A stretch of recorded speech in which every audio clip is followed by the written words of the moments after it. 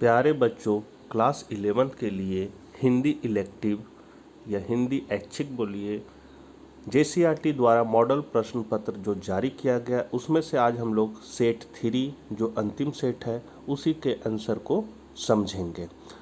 Set 1, set 2 इतिहास, भूगोल, अर्थशास्त्र, समाजशास्त्र, राजनीतिक शास्त्र सभी के मैंने वीडियो बना रखे हैं। डिस्क्रिप्शन में लिंक दिया हुआ है। PDF में देखना है तो आप मेरे इकोनॉमिक्स प्लस ऐप को डाउनलोड कर लीजिए। डिस्क्रिप्शन में सबसे नीचे आपको इकोनॉमिक्स प्लस ऐप का लिंक मिल जाएगा। शुरू करने से पहले आपसे निवेदन है कि अपने चैनल इकोनॉमिक्स प्लस पर नए हैं तो चैनल को ज़रूर सब्सक्राइब कर लें, बेल आइकन दबाकर ऑल नोटिफिकेशन भी ऑन कर लें ताकि जब भी मैं वीडियो डालूंगा आपको सबसे पहले पता चल जाएगा। साथ ही हिंदी इलेक्टिव के बच्चों तक यह वीडियो ज़रूर शेयर करें ताकि वे भी बच्चे लाभान्वित हो सके। तो चलिए हम लोग आज कुछ नया सीखते हैं। कक्षा 11 हिंदी ऐच्छिक 1.5 घंटा का 40 नंबर का क्वेश्चन रहेगा। सबसे पहले आपको इस गद्यांश को पढ़ लेना है, तो इसको पढ़ लीजिएगा बच्चों। सीधे हम लोग क्वेश्चन पे चलते हैं। मानव जीवन की किस अवस्था को मनचाहे ढंग से मोड़ा जा सकता है? तो इसी में आंसर छुपा हुआ बच्चों। तो हम लोग यहाँ देख सकते हैं, लिखा हुआ है बालकाल मानव की वह अवस्था है जिसमें उसके जीवन को मनचाहे ढंग से मोड़ा जा सकता है। तो यहाँ हम लिख सकते हैं बाल्यकाल या बाल्य अवस्था, दोनों में से जो भी लिखना है लिख सकते हैं। दूसरा है विद्यार्थी के भावी जीवन की सफलता का मूल मंत्र क्या है? तो विद्यार्थी के भावी जीवन की सफलता का मूल मंत्र संतुलित शारीरिक मानसिक विकास के लिए किया गया प्रयत्न है। ग है बच्चों के जीवन निर्माण का उत्तरदायित्व किस पर है? तो बच्चों के जीवन निर्माण का उत्तरदायित्व सरकार, समाज और माता पिता के कंधों पर है। इसी का अथवा में क्वेश्चन, मतलब दोनों में से कोई एक ही से बनाना है। अथवा वाला भी हम लोग देख लेते हैं। इस पद्यांश को पढ़कर इससे जुड़े सवाल के आंसर देना है। तो पद्यांश में अनाम सैनिक किन्हें कहा गया है? तो अपने पूर्वजों को जिनका नाम किसी भी कीर्ति स्तंभ पर नहीं लिखा गया है। ख है प्रस्तुत कविता किन लोगों को समर्पित है? तो अनाम सैनिकों को। कवि ने ताजमहल का निर्माण करने वालों के लिए गुनाह शब्द का प्रयोग क्यों किया है? तो क्योंकि ताजमहल बनाने वाले का हाथ काट दिया गया था। अब है अभिव्यक्ति और माध्यम तथा रचनात्मक लेखन से। तो इसमें क नंबर क्वेश्चन है परिहित सरिस धर्म नहीं भाई अथवा कोरोना महामारी कारण और बचाव विषय पर निबंध लिखिए। तो ये दोनों में से एक करना है बच्चों। तो हम लोग कोरोना महामारी को देखते हैं। तो कोरोना वायरस, पहले ही हम इंसानों के अलावा कई जीवों का इस धरती पर वास था, पर अब एक और नया जीव वास करने आया है, कोरोना। पर सबसे आश्चर्य की बात यह है कि यह कोरोना जीवित नहीं है, यह एक जीवित वायरस है जो एक व्यक्ति से दूसरे व्यक्ति में फैलता है। अब आप सोचिए कि यह जीवित नहीं है तब इतनी तबाही मचा रहा है, और अगर जीवित होता तो क्या करता। खैर, अब यह वायरस आ तो गया है, पर इससे बचे कैसे, यहाँ कैसे हो जाएगा, बचे कैसे, ये एक बड़ा सवाल है। हम बहुत कुछ ऐसा कर सकते हैं जिससे हम खुद को और दूसरों को बचा सकते हैं। कोरोना वायरस छूने से भी फैलता है, जिसे हाथ ना मिलाकर, हाथ साबुन से धोकर, सैनिटाइजर कर रोका जा सकता है। अगर हम इन या कपड़ों के मास्क पहने तो ये हमारे फेफड़ों में जाने में असमर्थ रहेगा। हमें 2 गज की दूरी भी बनानी चाहिए। सरकार की भी कुछ जिम्मेदारियां हैं जो इस वायरस को बढ़ने से रोक सकती है। उनमें से कुछ निम्न है। पहला, जगह जगह पर वैक्सीनेशन कैंप लगवाना, हर स्कूल, ऑफिस, सड़क, मोहल्ला आदि को सैनिटाइज करवाना, उन जगहों में लॉकडाउन लगाना जहां कोविड को संभालना थोड़ा कठिन नज़र आ रहा है आदि। अगर हम सब अपनी अपनी जिम्मेदारी को अच्छे से समझें तो ये कोविड-19 भी ज़्यादा देर तक टिक नहीं पाएगी। फिर है अपने गांव में पेयजल की समस्या समाधान हेतु प्रखंड विकास पदाधिकारी को एक आवेदन पत्र लिखिए। तो आपको लिखना है सेवा में प्रखंड विकास पदाधिकारी। आप जिस जगह पर है लिख दीजिएगा रामगढ़, हम रामगढ़ लिखे हैं। विषय हो जाएगा आपका पेयजल की अनियमित आपूर्ति। तो महोदय, आज पूरा नगर पेयजल की अनियमित आपूर्ति से परेशान है। अधिकतर चापाकल मरम्मत के इंतजार में बेकार पड़े हैं। नलों में 5-5 दिनों तक पानी नहीं छोड़ा जाता। पानी आता भी है तो आधे एक घंटे के लिए। लोग आधी रात से ही बर्तन बाल्टी लिए लाइनों में खड़े रहते। पानी के लिए आपस में मारपीट भी हो जाती है। अतः आपसे सविनय आग्रह है कि इस समस्या से निजात दिलाने के लिए त्वरित एवं प्रभावी कार्रवाई करें। लाखों लोगों का जीवन इस समस्या के कारण बिल्कुल अव्यवस्थित हो गया है। दिनांक दे देना, भवदीय, अपना नाम लिख देना है। अब है आपका, शहर में बिजली की खस्ता हाल विषय पर एक रिपोर्ट तैयार कीजिए। तो इसका है, मैं आपके लोकप्रिय समाचार पर दैनिक जागरण के माध्यम से अपने नगर में बिजली संकट से उत्पन्न कठिनाइयों की ओर अधिकारियों का ध्यान आकर्षित करना चाहता हूं। मैं दिल्ली क्षेत्र वाला नागरिक हूं। आजकल होने वाली बिजली संकट ने यहाँ के निवासियों को परेशान कर रखा है। इससे पहले कभी ऐसा नहीं हुआ था। इस संकट का सामना सबसे अधिक आम लोगों को और छात्रों को करना पड़ रहा है। शाम होती ही सब कुछ अंधेरे की छाया में सिमट जाता है। पढ़ने वाले छात्र कुछ भी पढ़ पाने में असमर्थ हो जाते हैं। बिजली के अभाव में 3-3 दिन तक आटा पीस नहीं पाता। पीने का पानी भरना भी बहुत बड़ी समस्या हो गई है। बिजली के अभाव में पानी को मोटर द्वारा ऊपर की मंजिलों तक नहीं पहुंचाया जा पा रहा है। चौंकाने वाली बात यह है कि क्षेत्र में रहने वाले उद्योगपति और अधिकारियों के घर की बिजली 1 मिनट के लिए भी नहीं जाती है। मैं भाई आपके पत्र द्वारा इस भ्रष्ट अधिकारियों की पोल खोलना चाहता हूं। इस कार्य में आपके सहयोग के लिए मैं यहाँ मैं हो जाएगा, मई जो लिखा हुआ है ना, मैं आपका सदा आभारी रहूँगा। मतलब यहाँ भी मैं करना है, यहाँ भी मैं। अगला है, समाचार लेखन के 6 ककार कौन कौन है। तो समाचार लिखते समय पत्रकार मुख्यतः 6 ककारों का उत्तर देने का प्रयत्न करता है। ये 6 ककार हैं: क्या हुआ, किसके साथ हुआ, कहाँ हुआ, कब हुआ, कैसे हुआ और क्यों हुआ। इस क्या, किसके मतलब कौन, कहाँ, कब, क्यों और कैसे को 6 ककारों के रूप में जाना जाता है।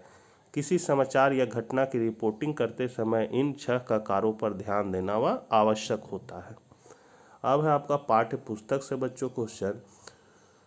इस निम्नलिखित में से किसी एक की सप्रसंग व्याख्या करना है। तो ये का हम लोग देखते हैं बच्चों।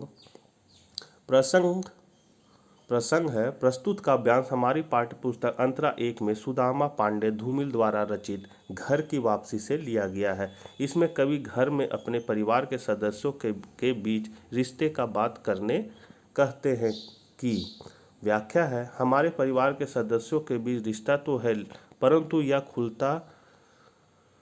यह खुलता नहीं है, से नहीं होगा, परंतु यह खुलता नहीं है। इसमें जंग लग गया है और हमारे खून में इतना लोहा भी नहीं है कि उससे एक चाबी बनवाकर रिश्ते के ताले को खोल सके। अर्थात गरीबी के कारण वे एक दूसरे से बात भी नहीं कर पाते और कवि के शरीर में इतनी ताकत भी नहीं है कि वह धन का अर्जन कर परिवार के लिए कुछ कर सके। काव्य सौंदर्य, कविता की भाषा सरल एवं सहज है। कविता में संगीतात्मकता है, रोमान्यता है, अतिशय कल्पनाशीलता है, बिंबधर्मिता मुक्त कविता है। उनकी भाषा जनजीवन के अधिक निकट है। ख नंबर क्वेश्चन है बच्चों, उसका आंसर है प्रसंग है, जो ये है प्रसंग। प्रस्तुत काव्यांश हमारी पाठ्य पुस्तक अंतरा 1 में नागार्जुन द्वारा रचित बादल को घिरते देखा है से लिया गया है। इसमें कवि जब हिमालय के पर्वत शिखरों के ऊपर बादल को घिरते देखते हैं तो उसी का वर्णन करते हुए कहते हैं कि व्याख्या है, यह समय बसंत ऋतु का है। यह बसंत ऋतु का सुबह काफ़ी सुहाना है। हवा मंद मंद बह रही है। प्रातःकाल की सूर्य की किरणें काफ़ी कोमल है जो पर्वत की चोटियों पर फैले हुए हैं, जिसके कारण यह चोटियां सोने की भांति चमकीली प्रतीत होती है। काव्य सौंदर्य, भाषा खड़ी बोली है, कहीं कहीं अरबी और फारसी भाषा के शब्दों की प्रधानता है। कविता में संगीतात्मकता है। मंद मंद में पुनरुक्ति अनुप्रास अलंकार है। चौथा नंबर क्वेश्चन है, 2 प्रश्न के उत्तर लिखना है। क है, कवि नागार्जुन ने महामेघ को झंझानील से गरज गरज भिड़ते देखा है, क्यों कहा है। तो प्रस्तुत प्रश्न हमारी पाठ्यपुस्तक अंतरा 1 में नागार्जुन द्वारा रचित बादल को घिरते देखा है से लिया गया है। इसमें कवि कहते हैं कि शीत ऋतु में बादल पहाड़ के शिखरों के ऊपर से गुजरती है तो आसमान में तूफानी हवा होती है, जिसे चीरते हुए बादल आगे बढ़ती है। जब तूफान भयंकर होती है तो बादल और तूफान में टक्कर होती है, जिसके क्रम में हमें गर्जन और बिजली कड़कने की आवाज़ भी सुनाई पड़ती है। अर्थात कवि ने महामेघ को झंझानील से गरज गरज भिड़ते देखा है। ख है, कवि को किस प्रकार की आस रात भर भटकाती है और क्यों? तो प्रस्तुत प्रश्न हमारे हिंदी की पाठ्यपुस्तक अंतरा 1 में नरेंद्र शर्मा द्वारा रचित नींद उचट जाती है से अवतरित है। इसमें कवि कि मन में सुख को प्राप्त करने की आशा बनी रहती है और यही आशा कवि को रात भर जगाती है, क्योंकि जीवन में अंधकार रूपी दुख बना हुआ है। या तो कवि को भीतर से डरा देती है तथा उनकी आंखें सुख पाने का प्रतीक्षा करती, लेकिन वह आती नहीं है, केवल उसके आने की आहट आती है। इस प्रकार कवि की आंखें सुख पाने की आस में रात भर भटकती रहती है। ग है, जाग तुझको दूर जाना कविता में कवित्री महादेवी वर्मा मानव को किन किन विपरीत स्थितियों में आगे बढ़ने के लिए उत्साहित कर रही है। तो प्रस्तुत प्रश्न हमारी पाठ्यपुस्तक अंतरा 1 में महादेवी वर्मा द्वारा रचित जाग तुझको दूर जाना, यहाँ जाना होगा बच्चों, जाता लिखा गया है, जाग तुझको दूर जाना से लिया गया है। इसमें कवित्री ने हमें कई विपरीत परिस्थितियों से आगे बढ़ने के लिए प्रेरित किया है, जिनमें कुछ इस प्रकार है। पहला है, अडिग और कठोर हिमालय के हृदय में कंपन क्यों नहीं होने लगे, लेकिन हमको हार नहीं मानना है। दूसरा है, आकाश से प्रलयंकारी वर्षा क्यों ना होने लगे, हमें हार नहीं मानना है। चारों ओर अंधेरा क्यों ना छा जाए, आकाश से बिजली क्यों ना कड़कड़ाने लगे, लेकिन हमको हार नहीं मानना और हमेशा हमें आगे बढ़ना है। 5वां नंबर क्वेश्चन है, किन्हीं 2 प्रश्न के उत्तर देना है। भारतवर्ष की उन्नति कैसे हो सकती है? पाठ के आधार पर यह स्पष्ट कीजिए कि इस अभागे आलसी देश में जो कुछ हो जाए वही बहुत कुछ है, क्यों कहा गया है? तो इसका आंसर है, प्रस्तुत प्रश्न हमारी हिंदी की पाठ्यपुस्तक अंतरा 1 में भारतेंदु हरिश्चंद्र द्वारा रचित भारतवर्ष की उन्नति कैसे हो सकती है से लिया गया है। इसमें भारत के बारे लेखक बताते हुए कहते कि यहाँ के लोग कोई काम नहीं चाहते हैं। इस एक सिद्धांत है कि जो जितना निकम्मा है वह उतना अमीर समझा जाएगा। इसी के कारण लोग काम नहीं करते हैं, केवल अमीरों की मुसाहबी दलाली या दिन भर गप्पे मारते रहते हैं, इसलिए यहाँ के लोग गरीब हैं। अतः लेखक ने इन परिस्थितियों को देखते हुए कहा है कि इस अभागे आलसी देश में जो कुछ हो जाए वही बहुत कुछ है। फिर है, सुकिया ने जिन समस्याओं के कारण गांव छोड़ा वही समस्या शहर में भट्ठे पर उसे झेलनी पड़ी। मूलतः वह समस्या क्या थी? तो प्रस्तुत प्रश्न हमारी पाठ्यपुस्तक अंतरा 1 में ओम प्रकाश वाल्मीकि द्वारा रचित खाना बदोश से लिया गया है, जिसमें मजदूरों की दयनीय स्थिति का वर्णन किया गया है। इसमें मानो और सुखिया ने गांव में शोषण और जातिवाद जैसी समस्या देखी थी और उससे बचने के लिए उन्होंने शहर की ओर पलायन किया, परंतु उसे वहां भी स्त्रियों एवं मजदूरों का शोषण, जातिवाद जैसे समस्या देखने को मिली। अर्थात जिस शोषण से बचने के लिए सुकिया ने गांव छोड़ा वह समस्या उसे शहर के ईंट भट्ठे पर भी झेलनी पड़ी। ग है, ज्योतिबा फुले और सावित्रीबाई फुले का दाम्पत्य जीवन किस प्रकार आधुनिक दंपतियों को प्रेरणा प्रदान करता है? तो उत्तर है बच्चों इसका, प्रस्तुत प्रश्न हमारी पाठ्यपुस्तक अंतरा 1 में सुधा अरोड़ा द्वारा रचित ज्योतिबा फुले से अवतरित है। इसमें ज्योतिबा फुले ने सर्वप्रथम अपनी पत्नी सावित्रीबाई फुले को शिक्षित किया तथा स्त्री शिक्षा के मिशन को पूरा करने में लग गए। इसके अलावे दोनों ने किसानों और अछूतों की झुग्गी झोपड़ियों में जाकर लड़कियों को स्कूल भेजने का आग्रह करते हैं। लोग इस काम के लिए उस पर कई लालछन लगाते हैं, परंतु उन्होंने हार नहीं मानी और 30 साल के अथक प्रयास के बाद इस मिशन को पूरा किया। अतः हम इनकी इसी एकता को देखते हुए कह सकते हैं कि आज के आधुनिक दाम्पत्यों को इनका दाम्पत्य जीवन प्रेरणा प्रदान करता है। छठा है, भारतेंदु हरिश्चंद्र अथवा नरेंद्र शर्मा के किन्हीं 2 रचनाओं के नाम लिखे। तो भारतेंदु हरिश्चंद्र का अंधेर नगरी और राजा हरिश्चंद्र और नरेंद्र शर्मा का है प्रभात फेरी और पलाशवन। 7वां है, हुसैन की कहानी अपनी जबानी के लेखक ने अपने जिन 5 मित्रों का शब्द चित्र प्रस्तुत किया है उसके बारे में संक्षिप्त में लिखिए। तो हमारे हिंदी की पाठ्यपुस्तक अंतरा 1 में मकबूल फिदा हुसैन ने हुसैन की कहानी अपनी जबानी अपने 5 मित्र का शब्द चित्र प्रस्तुत किया है, जो इस प्रकार है। पहला, मोहम्मद इब्राहिम गोहार अली, हमेशा इत्र में डूबे रहना। कद, यहाँ कद हो जाएगा बच्चों, कद छोटी थी पर नजरें ठहरी हुई थी, साथ ही ये गुणवान भी थे। दूसरा है डॉक्टर मंतवरी का लड़का अरशद, जिसका चेहरा हमेशा मुस्कुराता रहता था। वह खाने और गाने का बड़ा शौकीन था, शरीर पहलवान जैसा कसा हुआ था। हामिद कंबर हुसैन, इसे कुश्ती और दंड बैठक का शौक था, गप्पे हाँकने और बात मिलाने में भी यह कुशल था। अब्बास जी हम अहमद, इसका शरीर गठीला था, आंखें जापानी जैसी थी, स्वभाव से वह बिजनेसमैन लगता था। फिर है अब्बास अली फ़िदा, यह लहजा नरम था, मतलब इन यहाँ हो जाएगा, इनका लहजा नरम था, उसका माथा ऊंचा था, समय का बड़ा पाबंद था तथा हमेशा किताब पढ़ते रहता था।